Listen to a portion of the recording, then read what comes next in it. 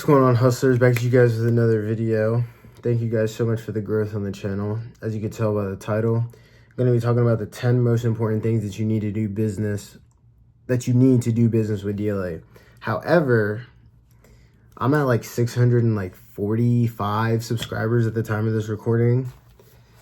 When you guys get me to 1,000 subscribers, I will go to the warehouse and I will show you guys how to package a product for DLA. Once I get to 5,000 subscribers, I will show you guys the invoicing process. I will show you guys WAF and Pi and all that good stuff. Get me to 1K subscribers and I'll go to the warehouse and I'll show you guys how to package stuff. So, with that being said, let's get into it. So the first thing that you're going to need is your DIBS postcard.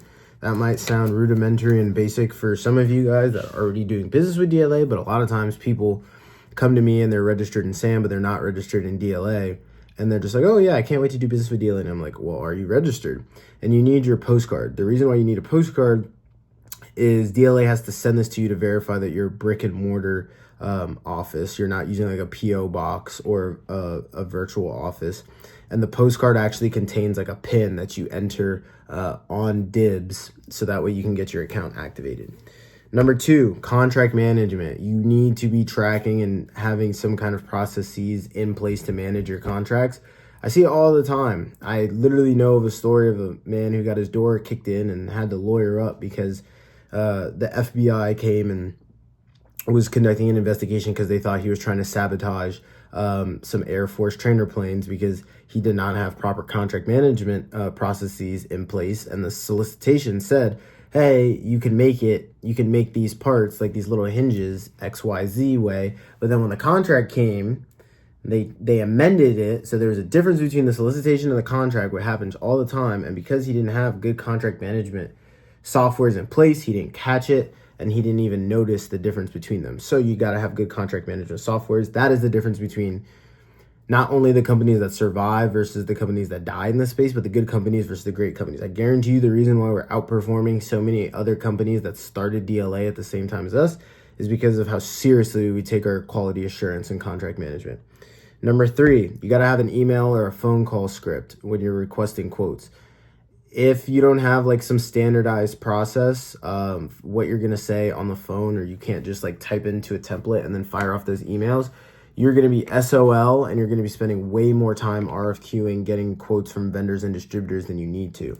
So you need an email or a phone script. So go check out my video that did quite well, $1 million phone call script revealed, or go check out how to get pricing and availability via email on my channel. Number 4, market research. You need some methodology of doing market research. Check out my video on how to conduct market research using FPDS. There's a couple different other ways. You could do usaspending.gov. You could also just do some market research. You could do some research on the product market specifically in terms of like who the big players in that product market are, manufacturers and distributors, what mergers and acquisitions went and took place in that product market. So you got to know that. The next 3 things are going to be like logistical things that you're going to need to be able to ship. So you need a printer. You have to be able to print out your labels. You got to be able to print out your DSSS packing slip. You got to be able to print out your military label. You got to be able to print out your FedEx or UPS label. You got to be able to print out your MillPack label. Or if you're not going to use MillPack and you're just going to use VSM, fine, you can do that. But you need a printer to do all of those things. Number 6 is you need a heat gun. Now, a lot of the stuff that you're going to sell to DLA is going to have to be heat sealed, or it's going to be in like a plastic bag. And they're like these little like things that kind of staple and they heat seal and they like come down. They're like this. They literally go like this. And then when you press down and they're in this like downwards position, this part like right here gets really warm and it seals up the plastic, which those things are cool, but they break. And they also don't have a lot of application outside of just heat sealing. Whereas a heat gun, you can get them with like modified tips, and then you can get them with like super precise tips and just seal up like the bottom of them. I prefer using a heat gun. That's what we use. Number 7 is you're going to need a scale. You need to be able to weigh your packages. And you can use like a packaging scale, or you can use like a luggage scale as well. But when you're in the vendor VSM, vendor shipment module, you're going to have to say what the weight and dimensions are of the product. And you should always be asking for that anyways when you're getting your quote from the vendor. But you've got to remember, if the vendor's sending it to you in, like, I don't know, the vendor sends you one big box of 100, right? But DLA wants, I don't know, 10 boxes of 100. I'm sorry, 10 boxes of 10. Each one is going to weigh a different amount, right? So you've got to be able to weigh that and figure out what that's going to be for VSM. Number 8 is negotiation skills. 3 key pillars for negotiation. 1, always have a target price in mind. 2, whoever speaks first loses. 3, if you're not embarrassed by your offer, you didn't go low enough or high enough. So yeah, I'm not going to go too much into that. I do have in my one video, 5 habits that made me a multi-million-dollar salesman. I talk about that. Number 9, you need a file cabinet or some kind of big plastic bin. You need that to store all your contract files. So DLA does not require you to store them digitally, but they do require you to store your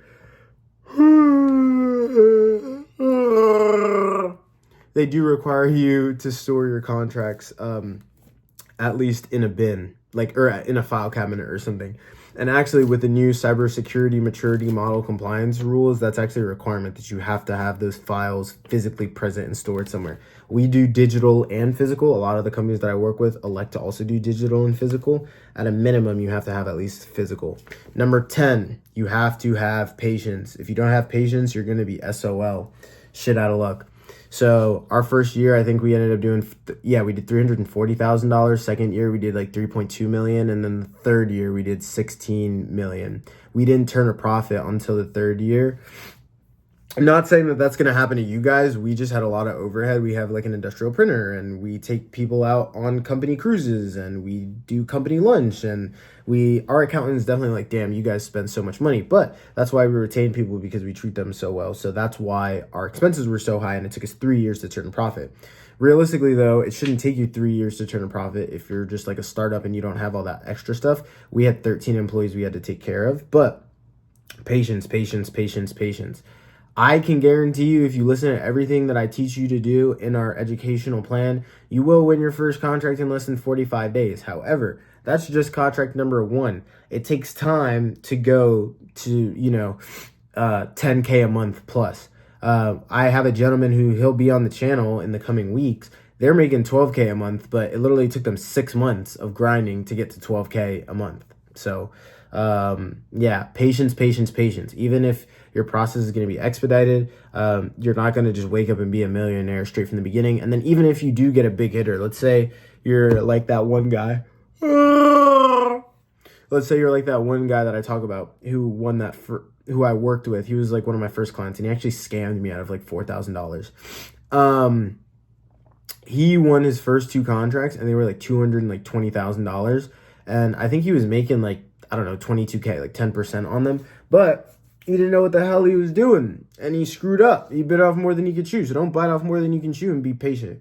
So as always, I'm watching you guys from afar, and not only do I hope to see you guys win, I know you guys will win. Like, comment, subscribe. Bang.